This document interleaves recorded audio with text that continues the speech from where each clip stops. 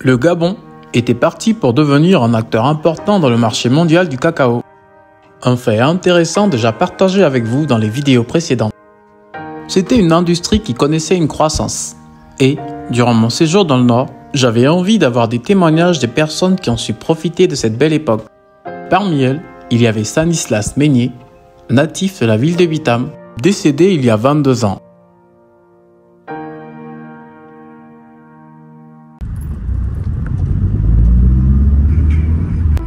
Je vous emmène au cœur de la ville de Bitam, dans la partie administrative. C'est là-bas que l'on retrouve l'une de ces résidences qui nous offre un voyage dans le temps, avec son style décoratif colonial dans le design extérieur, et ce charme intemporel y est également dans la déco intérieure. C'est ici que vit Théodora, son épouse, avec qui j'ai passé près d'une dizaine de minutes pour avoir un aperçu de la vie d'un des plus grands hommes d'affaires de cette province. Bref, un voyage dans le temps. On se dit à tout de suite.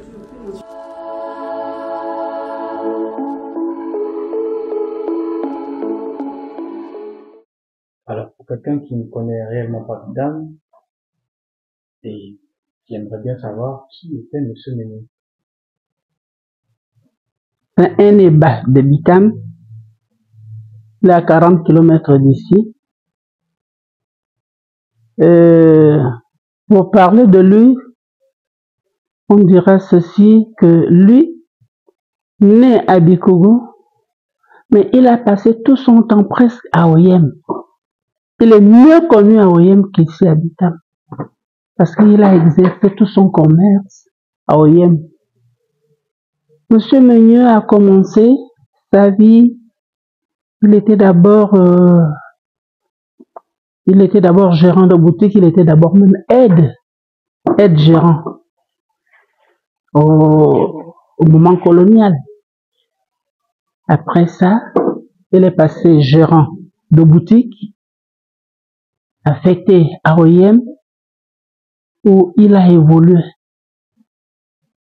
C'est à Oyem que les Blancs, à l'époque, je crois que c'était des Hollandais, la société Anthony Coxon est arrivée. Ils ont commencé à acheter le cacao. Il n'était pas planteur, mais il était acheteur de cacao. Ils achetaient le cacao chez les villageois. Ils le revendaient à la société Anthony Coxon. Et je pourrais même dire tout ce qu'il a eu de sa vie, c'est à partir de la vente du cacao. C'est un monsieur qui n'a jamais travaillé dans l'État gabonais. Donc, il a commencé à être gérant. Il est passé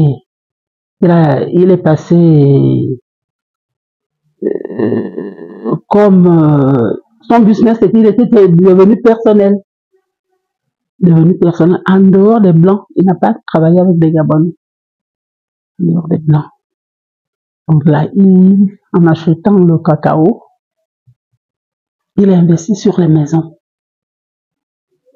Les maisons qu'il a mis sous bail administratif. Et c'est ce qu'il a lancé. Et beaucoup reconnus sur les établissements Abonnement. C'était des magasins. Le nom qu'il a donné à ces magasins, c'était Abonnement. Je suis allé découvrir ces magasins dans le premier arrondissement de la ville d'Oyem, où se trouve le quartier des affaires. Ce sont des constructions rénovées qui servent toujours d'espaces commerciaux.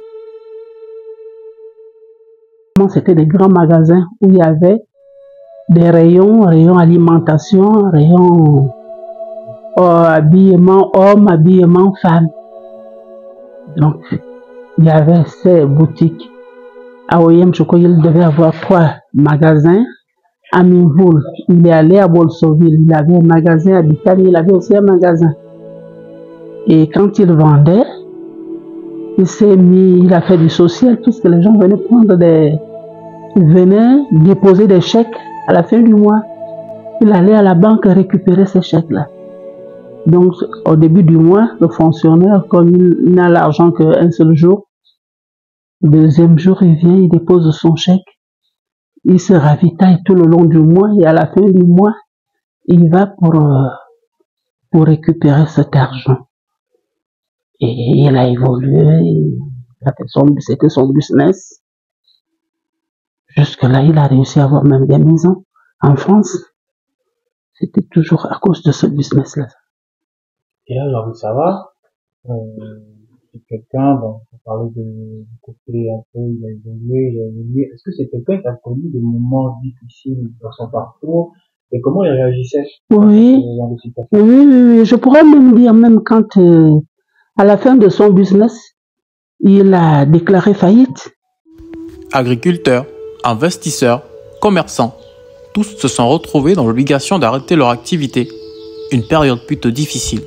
Il s'était retrouvé à un moment donné avec 10 millions d'argent dehors, c'est-à-dire des chèques impayés.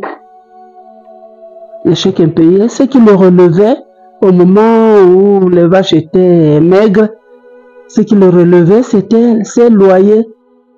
Donc quand il touche ses baux administratifs, c'est ce qui renforçait son commerce.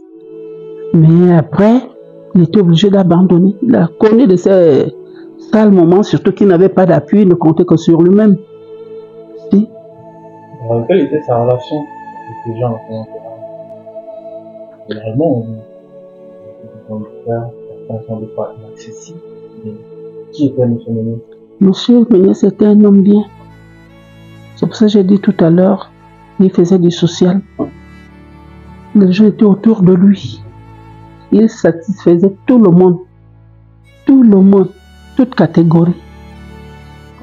Toute catégorie. Même les villageois venaient pour dire que quand je vais vendre mon cacao, donne-moi d'abord les produits. Les villageois se ravitaillaient. Donc c'était quand même un homme social. Il était religieux, baptisé, mais avec ses business, il n'avait pas le temps d'aller tout le temps à l'église. Oui, mais il avait la crainte de Dieu. Qu'est-ce que vous avez appris de lui? Oui, j'ai appris beaucoup de lui. Et de lui, j'ai appris que, surtout que au Gabon, on a toujours tendance à dire que pour que tu sois homme d'affaires, il faut que tu fasses politique.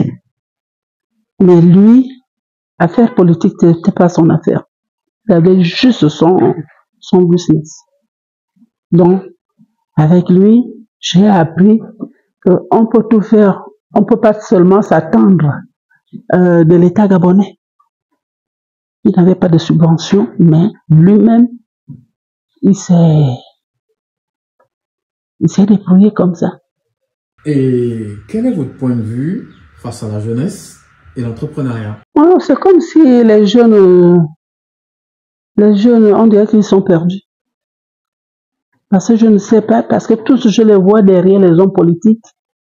C'est peut-être sur ces derniers moments que je les vois aller faire des plantations et tout, mais l'homme gabonais, on a toujours su que l'homme gabonais, c'est quelqu'un qui va rester derrière le bureau.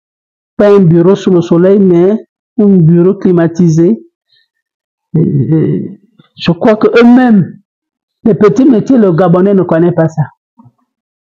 Mais peut-être ces derniers moments, vu l'allure où vont les choses, peut-être ils prendront conscience de cet état de choses. D'un point de vue personnel, c'est toujours un honneur d'écouter des témoignages de ces personnes qui ont su s'adapter et se reconstruire face aux obstacles et changements. Pour moi, ce sont des modèles de résilience et sources de motivation pour continuer de vous faire découvrir le Gabon, le dernier jardin d'Éden. Merci de m'avoir suivi. N'oubliez surtout pas de vous abonner et de cliquer la cloche de notification pour ne rater aucune de mes prochaines vidéos. On se dit à bientôt pour un prochain rendez-vous de Where the Wind Takes Me.